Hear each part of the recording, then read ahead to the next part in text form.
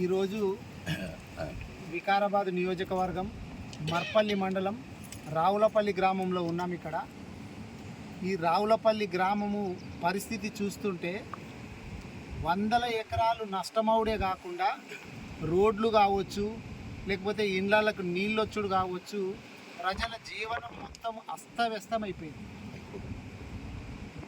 వికారాబాద్ నియోజకవర్గంలోని అట్లాగే జిల్లాలోని అన్ని గ్రామాలు, చాలా గ్రామాలు, ఇప్పుడు ఇక్కడ రావులపల్లి కావచ్చు, కల్కుడ కావచ్చు, పక్కనే ఉన్నటువంటి ఎన్నారము, మాలసోమారము, సుల్తాన్పూరు, ఇట్లా ఒక్క మండలం అని కాదు, వికారాబాద్ నియోజకవర్గము, వికారాబాద్ జిల్లా లోపల వర్షాలు బాగా పడుడుతోటి ఏంటంటే మొత్తం ఇళ్ళు ఊలిపోతున్నాయి. అక్కడక్కడ రోడ్లు మొత్తం దెబ్బతిన్నాయి.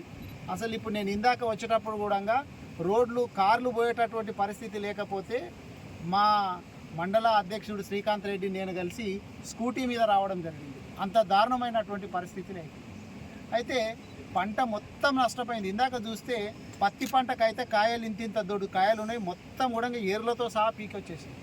కొన్ని చోట్ల పత్తి పంట మొత్తం ఏర్లు కూడా లేకుండా మొత్తం కొట్టుకొని పోయింది. ఇక్కడ ఈ వైర్లు చూస్తే ఈ వైర్లు ట్రాన్స్ఫార్మర్, ఇక్కడ ఈ ట్రాన్స్ఫార్మర్ మొత్తం, అది ట్రాన్స్ఫార్మర్ ఆడికెళ్ళి లేచిపోయి దాదాపు 100 మీటర్ల దూరం వరకు కొట్టుకొని పోయింది. పోల్స్తో సహా మొత్తం స్తంభాలు, వైర్లు అన్నీ కూడా కొట్టుకొని పోయినాయి. ఇంత దారుణమైనటువంటి పరిస్థితి ఇట్లుంది. రైతులు చాలామంది నష్టపోయారు కాబట్టి మొట్టమొదటిగా రైతులను ఆదుకోవాల్సినటువంటి బాధ్యత గవర్నమెంట్ మీద ఉంది. 1 ఎకరానికి 25,000 రూపాయలు మేము ప్రధాన ప్రతిపక్షంగా బీఆర్ఎస్ పార్టీ తరఫున నేను డిమాండ్ చేస్తూ ఉన్నా. రైతులకు ఎకరానికి 25,000 రూపాయలు ఇవ్వాలి.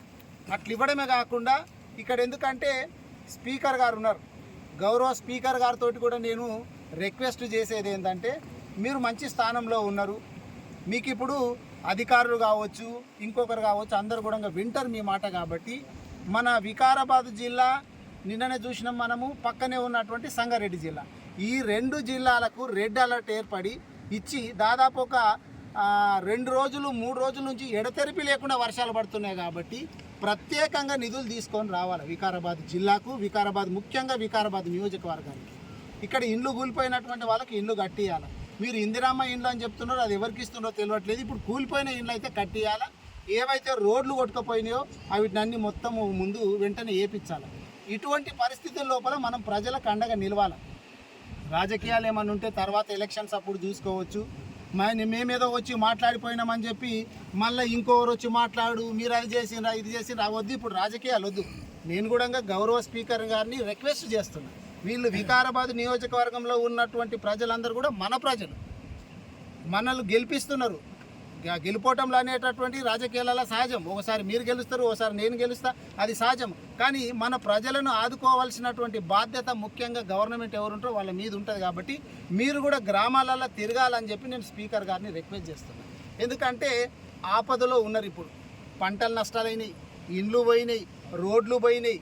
ఇందాక చూస్తే ఇక్కడ భగీరథ కేసీఆర్ గారు ప్రతిష్టాత్మకంగా ఏర్పాటు చేసి ప్రతి ఊరికి ప్రతి ఇంటికి నల్లా పెట్టి ఇచ్చినటువంటి భగీరథ పైపులు దాదాపు 7 ఫీట్ల లోపల ఉన్నాయి కూడా కొట్టుకొని మీదకి వచ్చేసినాయి, తెగిపోయినాయి. నీళ్ళ సప్లై పోయింది, కరెంటు సప్లై పోయింది, రోడ్లు పోయినాయి, ఇండ్లు పోయినాయి, పంటలు పోయినాయి. ఈ విధంగా అస్తవ్యస్తమైన పరిస్థితుల లోపల వికారాబాద్ నియోజకవర్గం ఉన్నది. కాబట్టి గౌరవ ముఖ్యమంత్రి రేవంత్ రెడ్డి గారు కూడా వికారాబాద్ జిల్లా నుంచే ప్రాతినిధ్యం వహిస్తున్నారు. కాబట్టి నేను రేవంత్ రెడ్డి గారిని కూడా కోరుతా ఉన్నాను, స్పీకర్ గారిని కూడా కోరుతా ఉన్నాను, మన జిల్లా మీద దృష్టి పెట్టి చాలా ఇబ్బందుల పరిస్థితి అయింది కాబట్టి వీళ్ళందరినీ ఆదుకోవాలని చెప్పి నేను కోరుతున్నాను. ఇప్పుడు ఈ రోడ్ ఇక్కడే కాదు, గతంలో మీరు ఏం చెప్పిండ్రు అంటే, స్పీకర్ గారు మంచిగా అసెంబ్లీలో కూర్చొని ఏం మాట్లాడిందంటే, బీఆర్ఎస్ హయాం లోపల రోడ్ల పరిస్థితి దరిద్రంగా ఉండుతోటి వికారాబాద్ నియోజకవర్గానికి పిల్లనిస్తలేరు అని చెప్పి చెప్పింది. సరే, మా పరిస్థితికి అట్లుండే అన్నావు కదా, మరి మీ గవర్నమెంట్ వచ్చి 2 సంవత్సరాలు అవుతుంది దాదాపు. మరి 2 సంవత్సరాల నుంచి నువ్వు ఎన్ని బాగు చేసినావు? ఇప్పుడు రోడ్లు ఏ నియోజకవర్గంలో ఎక్కడన్నా పోదాంపా, ఎక్కడన్నా పోసి ఏడన్నా బాగున్నాయా? రాజకీయాల గురించి మాట్లాడేందుకు ఎలక్షన్స్ అప్పుడు మాట్లాడుకుందాము, ముందు మీరు ఏపీయండి. మరి ఇప్పుడు కూడా రోడ్లు అట్లాగే ఉన్నాయి, ఇంకా దరిద్రంగా తయారవుతున్నాయి. అంటే మీరు రోడ్లు ఏపీయకూడదు, వికారాబాద్ నియోజకవర్గంలో నిజంగానే ఎవరికి పిల్లనియకూడదు అని చెప్పి మీరేమన్నా అనుకుంటున్నారా? పిల్లలు ఇవ్వాలి కదా. మరి మీ లెక్క ప్రకారమే 2 ఏళ్ళే కదా, ఏదో 2 నెలలు కాదు కదా. దాదాపు 2 సంవత్సరాలు అయింది కాబట్టి ఇప్పటికైనా కానీ మీరు రోడ్ల మీద దృష్టి పెట్టుకోవాలా. మొన్ననే మా వికారాబాదు మా పట్టణ నాయకులు కూడా బీఆర్ఎస్ పార్టీ తరఫున వికారాబాదు టౌన్లో కూడా రోడ్లు ఎట్లున్నాయని చెప్పిండ్రు. అక్కడ యాక్సిడెంట్లు అయిపోయి మొన్న ఒక అడ్వకేట్ చనిపోయిండు, అంతకుముందు ఒక హోంగార్డ్ చనిపోయిండు, చాలామంది చనిపోతుండ్రు. రోడ్ల మీద ముఖ్యంగా గౌరవ ముఖ్యమంత్రి గారు స్పీకర్ గారు దృష్టి పెట్టాలని చెప్తున్నారు. ఎందుకంటే స్పీకర్ గారితో పాటు ముఖ్యమంత్రి గారు కూడా ఈ జిల్లా నుంచే ప్రాతినిధ్యం వహిస్తున్నారు. ముఖ్యమంత్రి గారు మరి తెలియదా వికారాబాద్ జిల్లా పరిస్థితి ఇంత దారుణంగా ఉందని చెప్పి తెలియదా, లేకపోతే తెలిసినా కానీ పట్టించుకోవట్లేదా అర్థమవుతలేదు. ఎందుకంటే ఆయన ఎప్పుడు చూసినా ఎలక్షన్లు బిజీ, అక్కడ బీహార్ ఎలక్షన్స్, లేకపోతే అటు చెన్నై పోతాడు. కానీ ఉన్న రాష్ట్రాన్ని అయితే ముందు చూసుకోవాలి కదా, తెలంగాణ రాష్ట్రాన్ని కదా మీరు ముఖ్యమంత్రి. ఈ రాష్ట్రాన్ని ముందు మంచిగా చేసిన తర్వాత పక్క రాష్ట్రాలకు పోతే పోండి, వద్దని అనట్లేదు. ఈ రాష్ట్రాన్ని మీరు ముందు బాగు చేయాలని చెప్పి నేను కోరుతున్నా. ఎందుకంటే నేను ఒకటి చూసిన, మా గౌరవ మాజీ మంత్రి సబితా ఇంద్రారెడ్డి మేడం గారు కూడా చెప్పిండ్రు మంచిగా, ఎక్కడన్నా చరిత్ర లోపల ఒక డీజీపీకి అపాయింట్మెంట్ లెటరు అనేటటువంటిది ముఖ్యమంత్రి గారు ఇయ్యంగా నేనైతే ఎడ చూడలేదు. ముఖ్యమంత్రి గారు ఇయ్యరు. ముఖ్యమంత్రి గారు సిఫార్సు మేరకు చీఫ్ సెక్రటరీ గారు ఇస్తారు.